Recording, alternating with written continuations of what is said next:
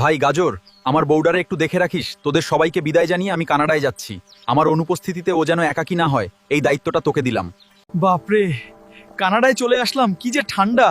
সত্যি বলতে কি, আমি আমার বউ আর বাড়িটাকে খুব মিস করছি। খুব একা একা লাগছে এই বরফের দেশে। কি ব্যাপার, টমেটো কেন ফোন ধরছে না? টমেটো কি আমাকে ভুলে গেল, নাকি টমেটো ঘুমিয়ে পড়েছে? আমার মনটা ভীষণ খারাপ লাগছে। ফোনটা একবার ধরলে কি হতো।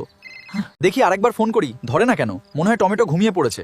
আহা, বেচারা বোধহয় সারাদিনের পরিশ্রমের পর একদম ক্লান্ত হয়ে গভীর ঘুমে তলিয়ে গেছে, তাই আর ফোন তুলছে না। ওই ছাগল তো কানাডায় যে মরছে, আর আমরা তো খুব আনন্দ করছি। আসলে জীবনের মানেটাই তো এটাই, এই সুন্দর মুহূর্ত। ফেসবুকে যা দেখছি সব কি সত্যি? তাহলে আমি আজই টিকিট কাটবো। কি ব্যাপার, দেশে তো ফিরে আসলাম, কিন্তু আমাকে আজ কেউ নিতে আসেনি কেন? আমার টমেটো কোথায়? শান্ত হও বন্ধু, আমরা এখানে দাঁড়িয়ে আছি তোমার অপেক্ষাতেই তো। কিন্তু টমেটো কোথায়? শান্ত হও বন্ধু, আসলে তুমি চলে যাওয়ার পর গাজর পালিয়ে গেছে। এখন নিজেকে সামলে নেওয়ার চেষ্টা করো, কারণ জীবন তো এভাবেই এগিয়ে যায়। আমাদের একে অপরের পাশে থাকতে হবে। হায় আল্লাহ, যাকে আমি বিশ্বাস করলাম সেই আমার চোখে ফাঁকি দিল। এখন আমি কোথায় যাব, কার কাছে দাঁড়াবো? আর এই পরিস্থিতিতে সবাই শোনো, বউকে রেখে কখনো বন্ধুকে বিশ্বাস করে ভুল করো না। সবাই বাসায় বসে থেকে পাহারা দিবে বউকে।